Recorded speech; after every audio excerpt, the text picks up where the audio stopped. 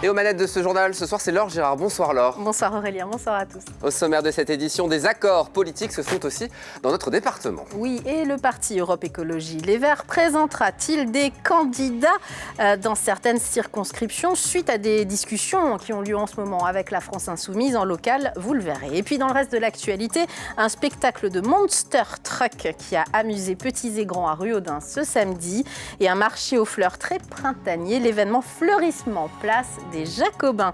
L'invité de ce journal fait aussi le printemps des entrepreneuses innovantes. Patricia Charton lance la 6e édition du prix de la start-upeuse Mancel.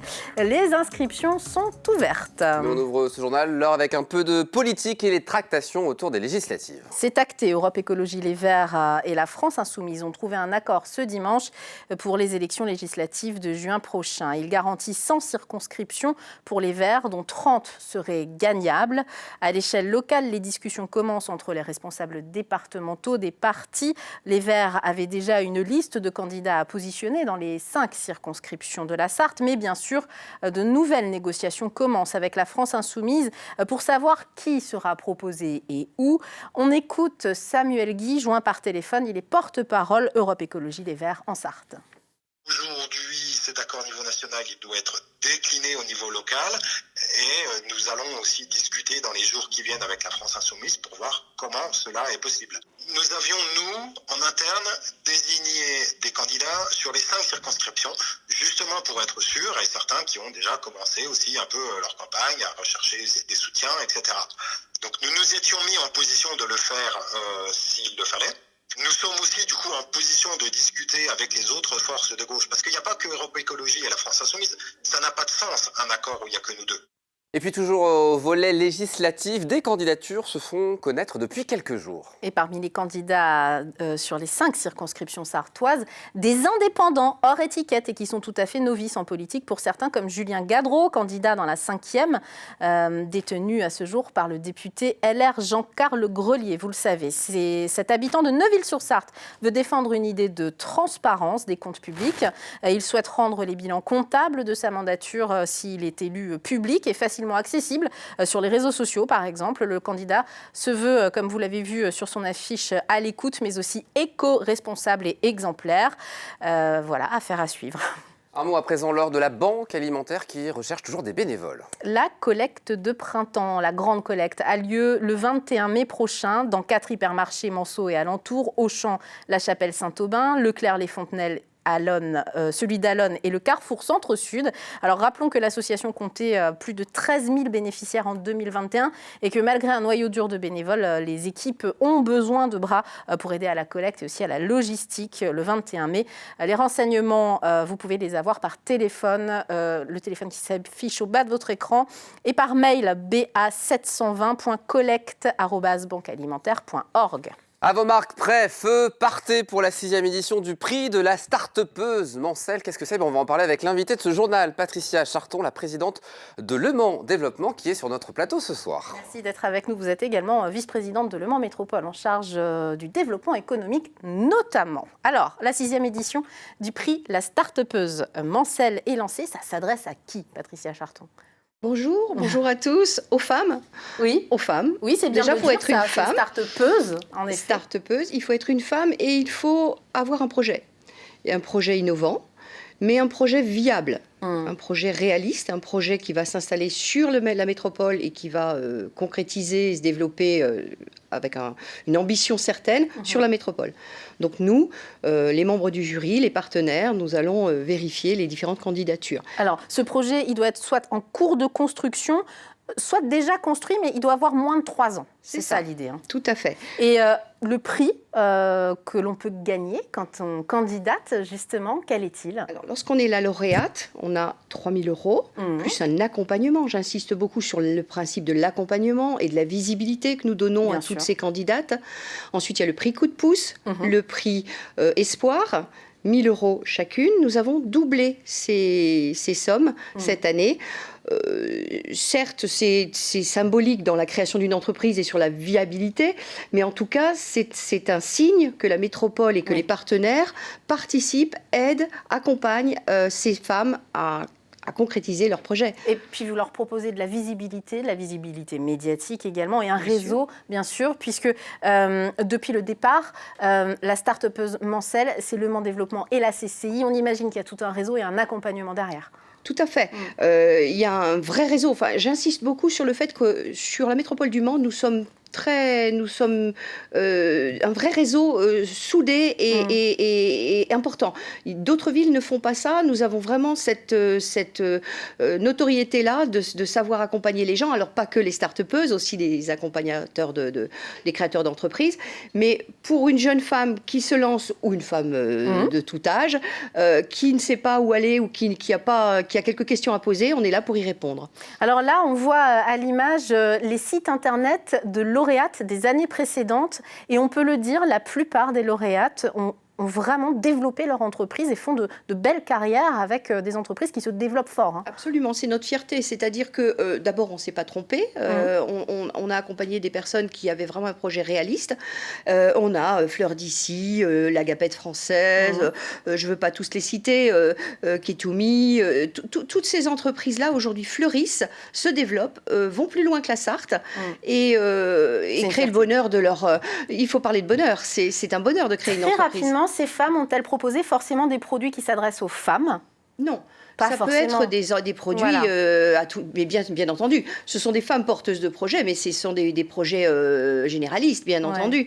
Mais des projets innovants, c'est des projets nouveaux, c'est des projets qui ne sont pas spécialement dans la tech, mais qui sont innovants.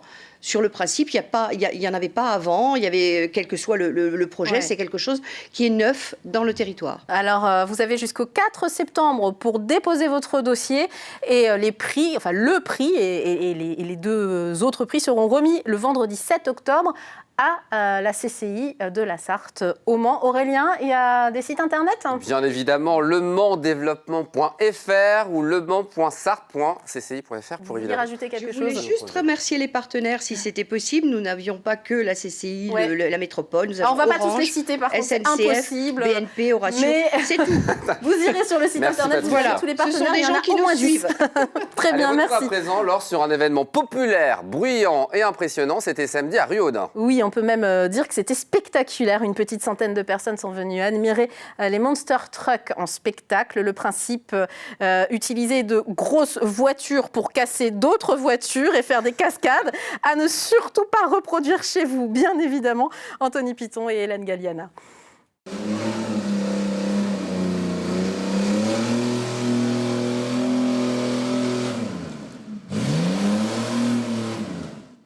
C'est un show hors du commun qui s'est tenu sous le soleil à Ruaudin ce samedi. Au programme, de grosses voitures, des cascades et des carcasses écrasées. Et forcément, passer au Mans fait son petit effet. On passe régulièrement. C'est une ville qu'ils adorent les sports de mécanique. Pendant la représentation, les spectateurs sont invités à participer aux cascades. Allez-y, monsieur. Allez, il nous faut des messieurs, là. Oui. C'était sympa. Il y avait quand même de l'animation au niveau des véhicules. Il y avait surtout la participation que j'ai trouvée agréable. J'ai participé 2 fois quand même, donc avec la fameuse roue en travers et puis plus le camion qui se remettait en l'air. C'était assez impressionnant, quoi. On voyait surtout comment la maîtrise du conducteur avec ses pédales d'embrayage et puis d'accélérateur, c'était vraiment sympa, quoi. En tout, environ 80 personnes ont assisté au show. C'était un très beau spectacle, plein de rebondissements, plein de suspense. Les professionnels étaient souriants, on sent qu'ils prennent plaisir à faire ce qu'ils font. Donc voilà, une bonne ambiance dans le public, ça a plu aux enfants, aux grands. Il y avait des volontaires pour faire partie effectivement du show. Donc je recommande vivement cette animation. Voilà, une petite sortie sympa du week-end en famille. Les cascadeurs continuent leur tournée. Prochain spectacle à Beaufort-en-Vallée, en Anjou, avant de prendre la direction de Nantes. Alors je dis bonsoir mesdames, bonsoir mesdemoiselles, bonsoir messieurs, bonsoir à tous les enfants. Des fleurs du printemps et des Sartois contents, c'était l'ambiance place des Jacobins samedi dernier. Autre ambiance, place des Jacobins. Oui, fleurissement a attiré les amoureux du jardin, des plantes, des fleurs ou des accessoires qui vont autour du jardin. Une trentaine de vendeurs, pépiniéristes ou horticulteurs prodiguaient leurs conseils alors que la belle saison, vous l'avez remarqué, est enfin là. Le bon moment pour planter d'ailleurs. Anthony Piton a fait un reportage.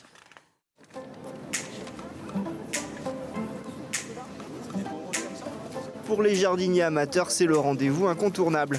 Toute la journée sur l'esplanade des Jacobins, on trouve à peu près tout ce qui existe en matière de plantes. Il y a du gypsophile qui est assez rare dans ce ton. Il est souvent blanc et là il est rose et mauve, magnifique. Voilà, c'est le coup de cœur. Dans les allées, les passionnés se pressent par centaines. Il faut dire que l'événement tombe à pic. Malheureusement, avec tout ce qui est l'atmosphère, le Covid, la guerre et tout ça, heureusement qu'on a des belles choses qu'il faut profiter pour aller voir ces couleurs, ces ambiances et puis tous ces gens qu'on peut rencontrer. De toute façon, c'est un échange après, au niveau des fleurs et de la vie. Au printemps, on a envie de refaire le petit jardin. Sur la trentaine d'exposants présents, une grande majorité est horticulteur et est donc à même de prodiguer de précieux conseils. Sur la tomate spécifiquement, on a des variétés, on a des précocités différentes suivant la saison. Et puis après, voilà, les seins de glace restent toujours un repère qui est quand même assez pertinent chez les gens. Donc on garde toujours le 13, 14, 15 mai là, en perspective. Autant de facteurs qui concourent à une bonne fréquentation. D'autant que les vendeurs l'assurent, l'effet post-confinement est toujours présent. On voit des nouvelles têtes. On a surtout des gens qui ont arrêté d'acheter en jardinerie, qui viennent chez des producteurs. Et ça va continuer comme ça tout le printemps. Début mai, c'est juste le début de saison pour les vendeurs de plantes. Et puis un mot de basket et de foot pour finir le journal. Alors, on est obligé ?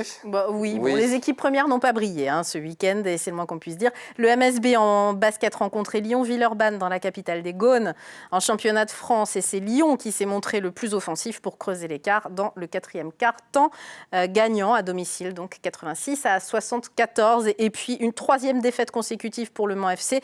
0-1 face à Cholet vendredi soir. Ça fait déjà 7 matchs sans victoire pour les Manceaux.